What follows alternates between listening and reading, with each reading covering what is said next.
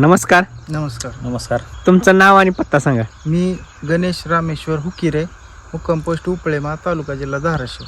Okay. आपण जे बघतोय हे साधारण किती क्षेत्र आहे तुमचं? 10 गुंठे. 10 गुंठे वांगे क्षेत्र आहे. हो. साधारण लागवड किती दिवस झाले करून? एक 2.5 महिने झाले. 2.5 महिने झाले. तर लागवड किती बाय किती वर कशी केलेली आहे वगैरे? 5 बाय 3 वर. 5 बाय 3 वर. आणि व्हरायटी कोणती निवडली? सुपर गौरव पंचगंगा. सुपर गौरव पंचगंगा. ओके. तर मला सांगा, आता ही तुम्ही वांग्याची लागवड आहे ही पहिल्यांदाच केली का ह्याच्या आधी पण केली? पहिल्यांदाच केलेली आहे. पहिल्यांदा केली. आणि ह्याच्या आधीचा अनुभव काहीच नाही? नाही, अनुभव नाही. ओके.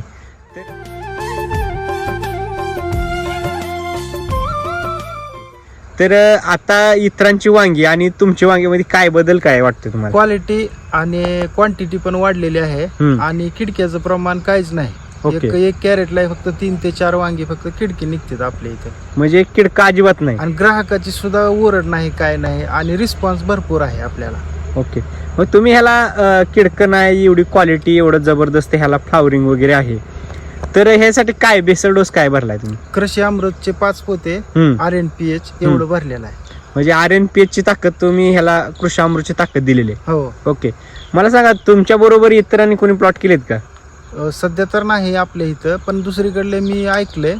तर एक वाटवड्याचे आले होते, तर त्यांनी म्हणले की निम्म्याला निम्मे वांगे खिडके निघतात आता रासायनिक वर आता सध्या. ओके.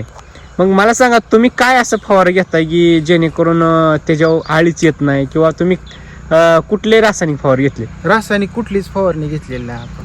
हे शक्य वाटतंय लोकांना? नाही वाटत, पण मी स्वतः माझा अनुभव आहे. म्हणजे रासायनिक बिलकुल वापरलं नाही? बिलकुल वापरलेलं नाही. म्हणजे तुम्ही बेसल डोस आणि पहिलं काम तर तुम्ही केलं असेल तर मेन म्हणजे SCT वैदिक RNPH स्ट्रॉंग बेसल डोस आणि पाण्याचं नियोजन. पाण्याचं नियोजन, पाणी मुळांना हुडकलं पाहिजे, मुळांनी पाण्याला हुडकलं पाहिजे. ओके. म्हणजे 50% ओल कमी झाली तरच पाणी द्यायचं. म्हणजे पाणी एकदम तुम्ही ॲक्युरेशन देताय? ॲक्युरेशन 8 दिवसाला.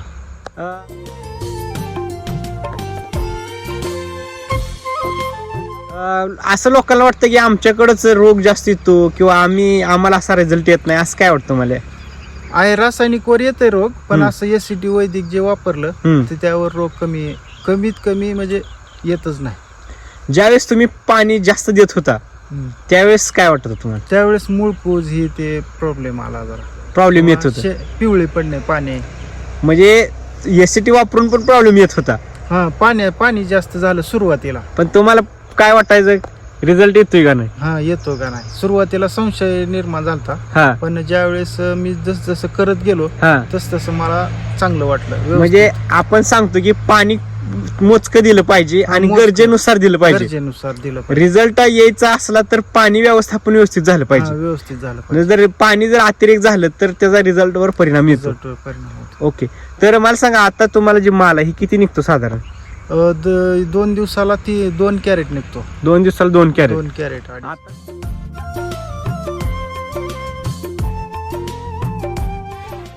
आता जर बघितलं ही क्वालिटी तर अशी चमकते, ती चमक भरपूर आहे. काय रेट बसतो तुम्हाला? मी हात विक्री 80 रुपये किलोने विकतो आणि मार्केटला जर गेलो तर 40 रुपये किलो भेटते. ओके. तर मला सांगा, इतर जे शेतकरी आहेत ती मार्केटला त्यांचा काय भाव जातो? त्यांचं 25 रुपये 30 रुपयाने जाते. म्हणजे 15 रुपयाचा फरक आहे एका किलो माग. हो. आणि रिटेलला किरकोळ मध्ये सरासरी डबल फरक आहे.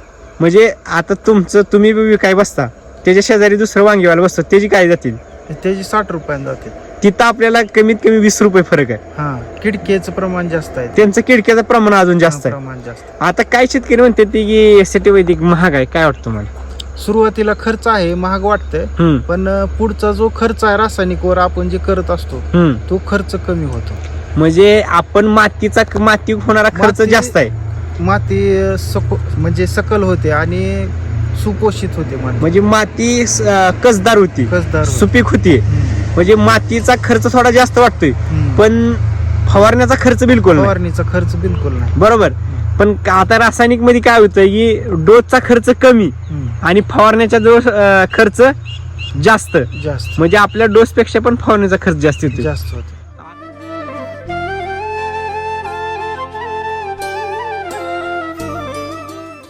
आता जर समजा बघितलं की केमिकलचे जर 10 कॅरेट तोडली आणि तुमची 10 कॅरेट तोडली तर केमिकल मध्ये किती खिडकी निघतील?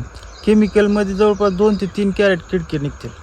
2 ते त्याच्यात. 3 कॅरेट हा. 10 कॅरेट माग हो निघतील. आणि ह्याच्यामध्ये 1 किलो 1 ते 1.5 किलो. 1 ते 1.5 किलो. हा. मला सांगा एका कॅरेट मध्ये किती किलो माल बसतो? 15-16 किलो बसते. 16 किलो. म्हणजे आज 3 कॅरेट म्हणलं तर 15 त्रिक 45 किलो माल वाया गेला. वाया जाते. मला सांगा किती रुपयाचा माल झाला हो? 45 किलो. 45.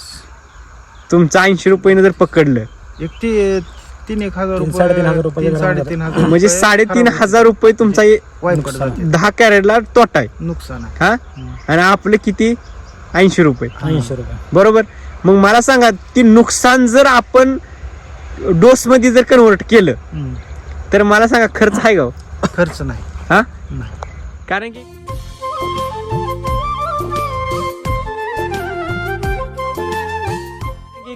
जे आपलं नुकसान होणार आहे प्रत्येक 10 कॅरेटच्या मागे 3,000 साधारण अशी किती कॅरेट निघते ती? जवळपास भरपूर कॅरेट निघते. तरी अंदाज तुमचा किती कॅरेट? म्हणजे किती दिवसाला म्हणतात तुम्ही? म्हणजे सगळ्या अख्ख्या भारामध्ये अख्ख्या भारामध्ये जवळपास 300 कॅरेट निघतील की? 300 कॅरेट म्हणजे 10 कॅरेटला 3 तर 100 कॅरेटला किती झाले? 30 30,000. आणि सरासरी 300 कॅरेटला किती झाली?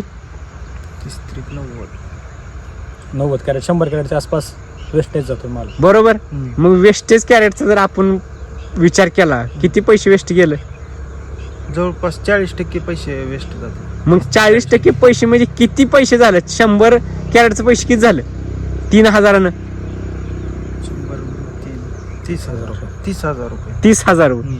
मला सांगा 30,000 जर आपला बेसल डोसवर खर्च केला तर उत्पन्न अजून डबल होईल. डबल आणि इकडे रोगावर होणारा खर्च कमी. मग मला सांगा शेतकऱ्याला अशी केली आपण कॅल्क्युलेशन तर परवडेल का?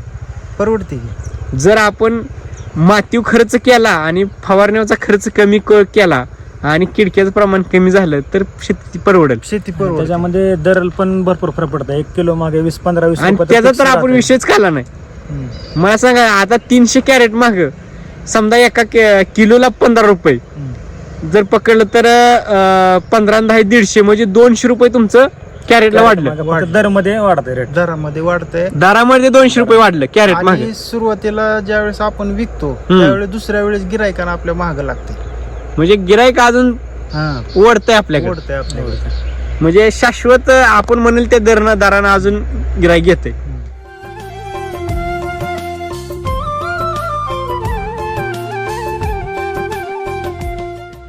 मग आता जे लोक म्हणते की शेती परवडत नाही, वांग्याला शेंडाळे आवडत नाही, अशा शेतकऱ्याला काय संदेश देऊ इच्छित आहे?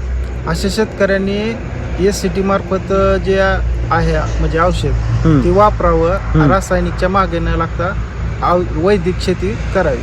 ओके. तर आज जर बघितलं आपण जर ह्याची जर कॅनोपी बघितली वगैरे तर एकदम जबरदस्त आहे आणि फ्लावरिंग पण आहे आणि सेटिंग पण चालू आहे बघा. पूर्ण सेटिंग आहे, इथं सेटिंग आहे आणि माल तोडणे चालूच आहे आणि फ्लावरिंग पण चालू आहे बघा. कारण वांग्याची जर क्वालिटी बघितलं तेल वाटल्यासारखं वांग आहे. आता देठ जर बघितलं, आता तुम्ही सर देठ ही करून दाखवा तर हे बघा देठ.